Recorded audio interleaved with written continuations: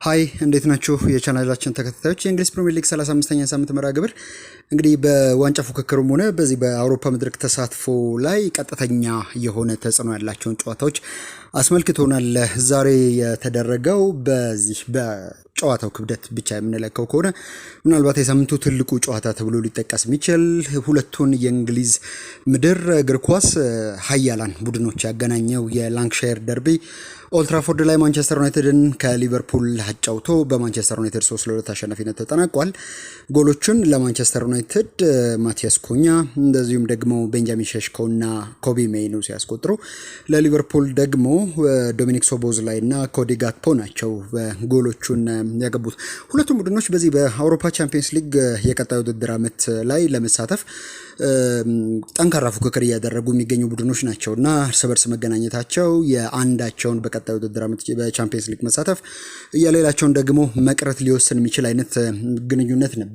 ደግሞ በዛ ላይ በዚህ በእንግሊዝ ብቻ ሳይሆን በአጠቃላይ በዚህ በብሪታንያ ብሎም ደግሞ በዩናይትድ ኪንግደም ምድር ላይ ትልቁ ደርቢ ተብሎ ሊጠቀስ ይችላል። በእርግጥ አንዳንዶች የሴልቲክ እና የሬንጀርስ የዚህ የኦልድ ፈርም ደርቢ ከዚህ የተሻለ ይሄ የመቀናቀን ጥንካሬ ያለው ደርቢ ነው ብለው ያነሱታል። ግን ቢያንስ በእንግሊዝ ትልቁ ተብሎ ሊጠቀሰው የሚችለው ደርቢ ነበር ይህ ደርቢ።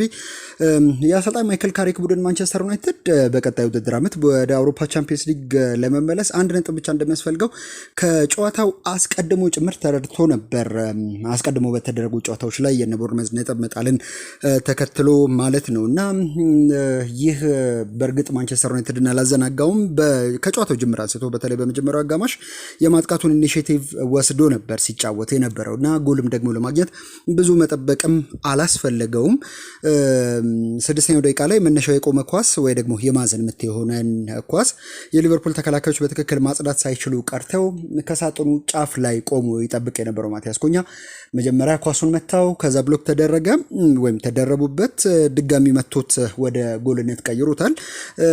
ጎሉ ሲቆጠር አሌክሲስ ማካሊስተር ኳሱን ዲፍሌክት አድርጎት ነበር፣ ግን ግብ ጠባቂው ራሱ ሪያክት ያደረገበት መንገድ ወይ ደግሞ ኳሱን ለማዳን እየተንቀሳቀሰበት መንገድ የተወሰነ መዘግየት ነበረውና ያም ለጎሉ መቆጠር እንደ አንድ ምክንያት ነው። በእርግጥ ተከላካዮች ከፊት ለፊቱ እይታውን ጋርደውት ነበር የጎል ሲቆጠርና ምናልባት ውድማን ላይ ያን ያክል ላንፈርድ እንችላለን የጎል ሲቆጠር፣ ግን የሊቨርፑል ተከላካዮች በአግባቡ ኳሱን ማራቅ አለመቻላቸው ብሎም ደግሞ ተመላሹ ኳስ በትክክል መከላከል አለመቻላቸው ጎሉ እንዲቆጠርባቸው ምክንያት ሆኗል። ይህች ጎል በሊቨርፑል በዚህ የውድድር ዓመት ከቆመ ኳስ ብዙ ጎል የገባበት ሁለተኛው ቡድን ያደርገዋል። በእንግሊዝ ፕሪሚየር ሊግ በዚህኛው የውድድር ዓመት ከዚህ ከቆሙ ኳሶች ብዙ ጎል የገባበት ቡድን ቦርንመዝ ነው። ሁለተኛው ደግሞ ሊቨርፑል ነው እና የአሰልጣኝ አርነ ስሎት ቡድን በክረምቱ የዝውውር መስኮት ይሄኛው ውድድር ዘመን ከመጀመሩ አስቀድሞ በነበረው የዝውውር መስኮት ላይ የተከላካይ ስፍራና የአማካይ ስፍራ ተጫዋች ለማስፈረም የተከላካይ አማካይ ስፍራ ተጫዋች ለማስፈረም ሲያደርግ የነበረው እንቅስቃሴ ዋጋ ቢስ ሆኖ መቅረቱ ወይም ይሄ የሚገባውን ያክል ጥራት ያለው ተከላካይ አለማግኘታቸው። በእርግጥ ጂዮቫኒ ሊዮኔን አስፈርመው ነበር፣ ግን የውድድር ዓመቱ የመጀመሪያዎቹ ሳምንታት ላይ የጉልበት ጅማት መበጠስ ጉዳት አጋጥሞት ነበር እና በዛ ምክንያት ከውድድር ዓመቱ ውጭ ሆኗል። የዛ ስፍራ ላይ ማጠናከር አለማድረጉ በዞናል ማርኪንግ የመከላከል ቀጠናውን በአግባቡ በመሸፈንና አደጋዎችን በመከላከል በኩል ብሎም ደግሞ የዚህ የአየር ላይ ኳሶች ወይም የቆሙ ኳሶች ላይ ቡድኑ ድክመት እንዲኖርበት ምክንያት እንደሆነ መናገር ይቻላል። ቁጥሮችም ደግሞ የሚያሳዩት ያንን ነው። የማቲያስ ኩኛም ጎል ደግሞ የተቆጠረበት መንገድ ሌላ ያንን የሚያሳብቅ ነገር ነው።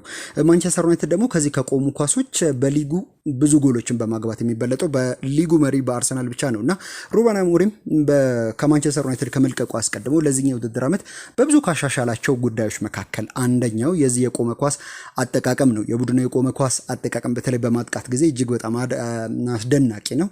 እነ ካሴሜሮ የሚያስቆጥሩት ጎል ለዚህ ምስክር ነው። የዚህ የማቲያስ ኩኛም ጎል ሌላ ለዛ ማሳያ ሆነ ጎል ሆኖ ሊቆጠር ይችላል። 14ኛው ደቂቃ ላይ ሌላ ጎል እንደዚሁ ቤንጃሚን ሼሽኮ አስቆጥሮ የማንቸስተር ዩናይትድን መሪነት ወደ 2 ከፍ አድርጓል።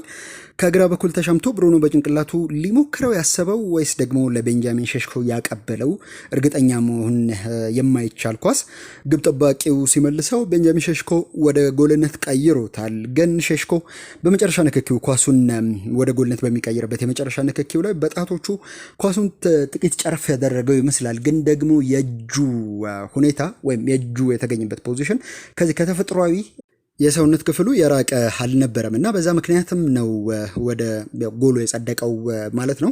ማንቸስተር ዩናይትድ በመጀመሪያው አጋማሽ በመጀመሪያዎቹ ደቂቃዎች ብቻ ሳይሆን አጠቃላይ የዚህ የመጀመሪያ አጋማሽ የጨዋታ ዕቅድ ትግበራና አፈጻጸሙን ስንመለከት እጅግ በጣም እየተዋጣለት ነበር ማለት ይቻላል። ሁለቱን ጎሎች ካስቆጠረ በኋላ ሊቨርፑል ምላሽ ለመስጠት የሊቨርፑል ተጫዋቾች ኳሱን ቢይዙም አደጋ መፍጠሪያ ቀጠና ላይ በቂ ቦታ አላገኙም። በሊቨርፑል የማጥቂያ ዞን የማንቸስተር ዩናይትድ የመከላከል ዞን ላይ በቂ ስፔሶችን ማግኘት አልቻሉም እና በዚህ ረገድ የማንቸስተር ዩናይትድ ተጫዋቾች ተከላካዮቹም አማካዮቹም ለሊቨርፑል የዚህ የማጥቃት ባህሪ ያላቸው ተጫዋቾች መሰል ስፔሶችን በመከልከሉ በኩል ተዋጥቶላቸው ነበረ።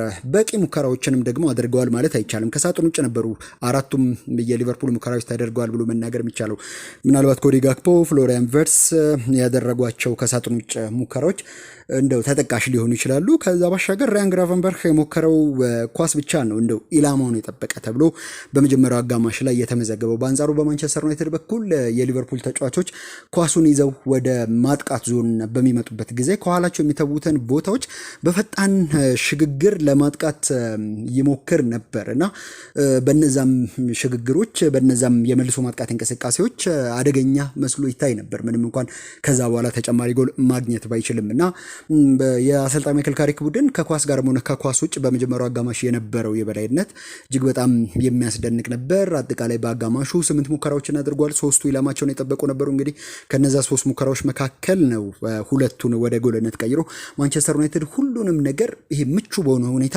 ያጠናቀቀው አጋማሽ ይመስል ነበር እና በኦልድ ትራፎርድ ውስጥም የነበረው የደጋፊ ድባብ ያንን የሚያሳይ ነበረ እና ፍጹም የተዋጣለት ተብሎ ሊጠቀስ የሚችል የመጀመሪያ አጋማሽ ነበር። ልክ ትላንትና አርሰናል ከፉላም ጋር ባደረገው ጨዋታ ላይ በመጀመሪያው አጋማሽ ፍጹም የተዋጣለትን እንቅስቃሴ በአርሰናል በኩል እንደተመለከት ነው በማንቸስተር ዩናይትድም በኩል ዛሬ በመጀመሪያው አጋማሽ ላይ በጣም ጥሩ የሆነና የተዋጣለት የተሳካለት የማንቸስተር ዩናይትድን የመጀመሪያ አጋማሽ እንቅስቃሴ ነበር ያየ ነው።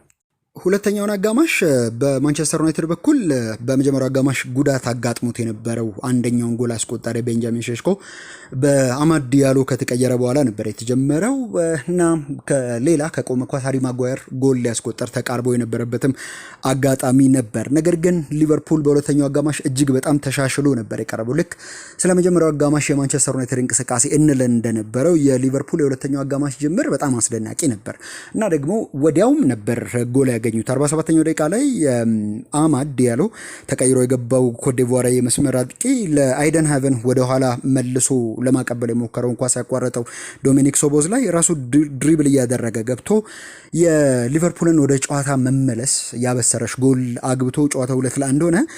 ይህች ጎል ስትቆጠር የኮዲ ጋክፖ ዲኮይ ራን ወይ ደግሞ የዚህ ሐሰተኛ ሩጫ ትልቅ አስተዋጽኦ ነበረው። እንደ ሃሪ ማጓየር ያሉ የማንቸስተር ዩናይትድ ተከላካዮችን ቦታቸውና ትኩረታቸውን እንዲስቱ ጭምር ያደረገበት በጣም የተዋጣለት የሚባል እንቅስቃሴ ነበርና ከጎሉ በኋላ የጨዋታም ሆነ ማጥቃት ብልጫውን የወሰደው ሊቨርፑል ነበር። ልክ ቅድም ስል እንደነበረው በማንቸስተር ዩናይትድ የመጀመሪያው አጋማሽ እንቅስቃሴ ልክ የሊቨርፑል የሁለተኛው አጋማሽ ጅምርም የተዋጣለት ነበረ እና ሁለተኛውን ጎል ለማግኘትም ብዙም መቆየት አላስፈለጋቸውም። 56ኛው ደቂቃ ላይ ሰኔ ላመንስ የሰራው ስህተት ጨዋታውን ወዳቻ ውጤት እንዲመጣ አድርጎት ነበር። ይህ ስህተት የተገኘው በቢልዳፕ ወቅት ቤልጅማዊው ግብ ጠባቂ ለካሴሜሮ አቀበላለሁ ያለውን ኳስ ብራዚላዊ የተከላካይ አማካይ ስፍራ ተጫዋች በቦታውና ጊዜው ባለመገኘቱ ምክንያት አሌክሲስ ማካሊስተር ኳሱን እንግዲህ የሰኔ ላመንስን ለካሴሜሮ የታሰበ ኳስ አግኝቶት ከቡድን አጋሮቹ ጋር ተቀናይተው ኮዲ ጋክፖ ወደ ጎልነት ቀይሮት ሊቨርፑል አቻ ሆነ። ከዛ በኋላም አደገኛ ይመስል ነበር የሊቨርፑል እንቅስቃሴ። ግን አጋማሹን በጀመረበት የዚህ የማጥቃት ኢንቴንሲቲ መቀጠል አልቻለም የአሰልጣኝ አርነ ስሎት ቡድን። እና ደግሞ የነበረውንም የሞመንተም ብልጫ በዚህ በጨዋታ ውስጥ ደጋግሞ የማጥቃት ደጋግሞ ወደ አደገኛው ቀጠና መድረስ እና አደጋዎችን የመጣል እንቅስቃሴውን ማስቀጠል ባለመቻሉ ምክንያት ኋላ ላይ ዋጋ ከፍሏል። 77ኛው ደቂቃ ላይ ሉክ ሾው ከግራ በኩል አሻምቶት የሊቨርፑል ተከላካዮች በትክክል ያላጸዱትን ኳስ ኮቢ ሜኑ ከሳጥኑ ጫፍ ላይ ወደ ጎልነት ቀይሮታል። ልክ ማቴዎስ ኩኛ የማንቸስተር ዩናይትድን የመጀመሪያ ጎል ካገባበት ቦታ ማለት ነው እና ተመሳሳይ አይነት ሂደት ነበረው። ምናልባት የኩኛ ሪባውንድ ወይ ደግሞ ይሄ መጀመሪያ የሞከረው ኳስ በተከላካዮች ከተደረበ በኋላ በድጋሚ ወደ ጎልነት ቀይሮታል በሁለተኛው ሙከራው እንጂ የኮቢ ሜኑም ጎል እንደዚሁ ተመሳሳይ ነበር። ከሁለት የውድድር ዘመናት በፊት እዚሁ ኦልድ ትራፎርድ ላይ እነዚህ ሁለት ቡድኖች በኤፍኤ ካፕ በተገናኙ ጊዜ እና ማንቸስተር ዩናይትድ 4-3 ባሸነፈ ጊዜ ኮቢ ሜኑ የማንቸስተር ዩናይትድን የማሸነፊያ አስደናቂ ጎል እንደዚሁ አስቆጥሮ ነበር። በእርግጥ ተጫዋች ብዙ ጊዜ ጎል አያገባም፣ ግን ደግሞ ካገባ በጣም ጥሩ የሚባሉ የግል ክህሎቶቹን የሚያሳዩ አይነት ጎሎችን የሚያስቆጥር አይነት ተጫዋች ነውና የማንቸስተር ዩናይትድን የማሸነፊያ ጎል እንደዚሁ 77ኛው ደቂቃ ላይ አግብቷል። የማንቸስተር ዩናይትድን ሶስቱንም ጎሎች ከተመለከትን በተለይ በዚህ ሊቨርፑል የመከላከል እንቅስቃሴ አንጻር የምንቃኘው ከሆነ ሊቨርፑል የዚህ የዞናል ማርኪንግ ወይም የመከላከል ዞኑን የመከላከል ችግር እንዳለበት ወይም ያንን ቦታ የመድፈን ችግር እንዳለባቸው የሊቨርፑል ተከላካዮችም ሆነ የአማካይ ስፍራ ተጫዋቾች ያንን ቦታ የመሸፈን ችግር እንዳለባቸው የሚያሳብቁ አይነት ጎሎች ናቸው። ከዛ ባሻገር ከቆመ ኳስ ብሎም ደግሞ ከዚህ ከአየር ላይ ኳስ ከመስመር ላይ የሚነሱ ኳሶችን በተመለከተም በሊቨርፑል የመከላከል ክፍል በኩል ድክመት እንዳለ የምናስተውልበት እንቅስቃሴ ነው። በዛሬው ጨዋታ ላይ እንደዚሁ የተመለከትነው ቀደም መግቢያችን ላይ ስናነሳ የነበረውን ቁጥር ያንን ያሳያል። በዚህ ውድድር ዓመት ሊቨርፑል ከዚህ ከቆመ ኳስ ብዙ ጎል የገባበት ሁለተኛው ቡድን ነው ከቦርንመዝ ቀጥሎ እና ይሄ አምና ሻምፒዮን ለነበረው የአርነ ስሎት ቡድን ዘንድሮ በዚህ በአውሮፓ ቻምፒየንስ ሊግ ለመሳተፍ በሚያደርገው ፉክክር ውስጥ እንደው እንደ ድንገት የማይሳካለት ከሆነ ትልቅ ነቅ ተደርጎ ሊቆጠር የሚችል ትልቅ ችግር ተደርጎ ሊቆጠር የሚችል ምክንያት ነው። ዘንድሮ ሊቨርፑል በመከላከሉ በኩል ብዙ የሚታማ ነው። የመሀል ተከላካዮቹ ብቻ ሳይሆኑ አጠቃላይ የዚህ የመከላከል ስትራክቸሩም ብዙ ችግር ያለበት እንደሆነ ማሳያ ተደርጎ የሚቆጠር አይነት ጨዋታ ነው። ማንቸስተር ዩናይትድ ይህንን ጨዋታ ማሸነፉን ተከትሎ እንግዲህ በሊጉ ሊቨርፑል ላይ ደብል ሰርቷል ወይም በደርሶ መልስ በተመሳሳይ ውጤት አሸንፏል። አንፊልድ ላይ የተደረገውም ጨዋታ እንደዚሁ በተመሳሳይ የማንቸስተር ዩናይትድ አሸናፊነት ተጠናቆ እንደነበር ይታወሳል። ያን ጊዜ ቡድኑ አሰልጣኝ ሩበን አሞሪም ነበረ። በጣም በተወጣለት የጨዋታ እቅድ ነበር አንፊልድ ላይ የነበረውንም ጨዋታ ያሸነፈው።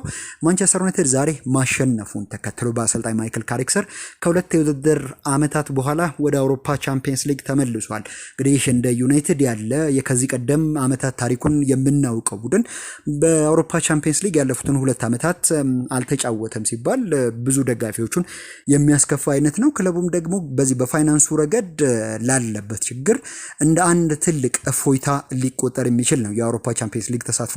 ምናልባት ከዚህ በኋላ ትልቁ የቤት ስራ የሚሆነው ጊዜ ይመጣል ማለት ነው። አንደኛው ትልቁ የቤት ስራ ማይክል ካሪክ በቋሚነት ይቀጥላል ወይስ ደግሞ ሌላ አሰልጣኝ ነው የሚመጣው የሚለው ነገር የሚወሰንበት ከዛ ባሻገር የክለቡን በአዳዲስ እና ጥራት ባላቸው ተጫዋቾች የመገንባትም አሳይመንት እና ሰር ጂም ራትክሊፍ የኢኒዮስ ባለቤቶች እንግዲህ የማንቸስተር ዩናይትድን የእግር ኳሳዊ ውሳኔዎች ለመወሰን የክለቡን ወደ 30% ድርሻ አካባቢ የገዙት ሰዎች ትልቁ አሳይመንታቸው ከዚህ በኋላ ይጀምራል ማለት ነው። ምክንያቱም በአውሮፓ ቻምፒየንስ ሊግ ለመሳተፍ ማንቸስተር ዩናይትድ አሁን ካለው ስብስብ በጣም የተሻለ ጥራት ያለው ስብስብ ያስፈልገዋል። በተለይ ደግሞ የአማካይ ክፍሉ በሊቨርፑል የብልጫ ደቂቃዎች ላይ የነበረውን አለመረጋጋት እንመለከት ነበር። ከዛ ባሻገር ከሊቨርፑል የተሻለ ጥራት ያላቸው ቡድኖች ናቸው በአውሮፓ ቻምፒየንስ ሊግ ሲሳተፉ የሚጠብቁትና ለዛ መድረክ የሚሆን ዝግጅት ያስፈልገዋል። በታክቲኩም ረገድ ማይክል ካሪክ ነው የሚቀጥለው ወይስ ሌላ የተሻለ የታክቲክ ግንዛቤ ያለው እንደገና ደግሞ በትልቅ ቡድኖች ውስጥ ተፈትኖ የተሳካለት አይነት አሰልጣኝ እንደ ዩሊያን ናግልስማን እንደ ሉዊስ ኤንሪኬ አይነት ስማቸው ከማንቸስተር ዩናይትድ ጋር የሚያያዙ አይነት አሰልጣኞችን ነው የሚያመጣው የሚለው ነገር እንደዚሁ ይጠበቃል። ማሸነፉን ተከትሎ ማንቸስተር ዩናይትድ 64 ነጥቦችን ይዞ በቀጣዩ ውድድር ዓመት በአውሮፓ ቻምፒየንስ ሊግ የሚያሳትፈውን ደረጃ አረጋግጧል። ብሎም ደግሞ በእንግሊዝ እግር ኳስ ትልቅ የሆነውን ደርቢ በድጋሚ በዚህ ዓመት በሊጉ ማሸነፉን አረጋግጧልና ትልቅ ስኬት፣ ትልቅ ምሽት ነበረ ለማንቸስተር ዩናይትድም ሆነ ለደጋፊዎቹ።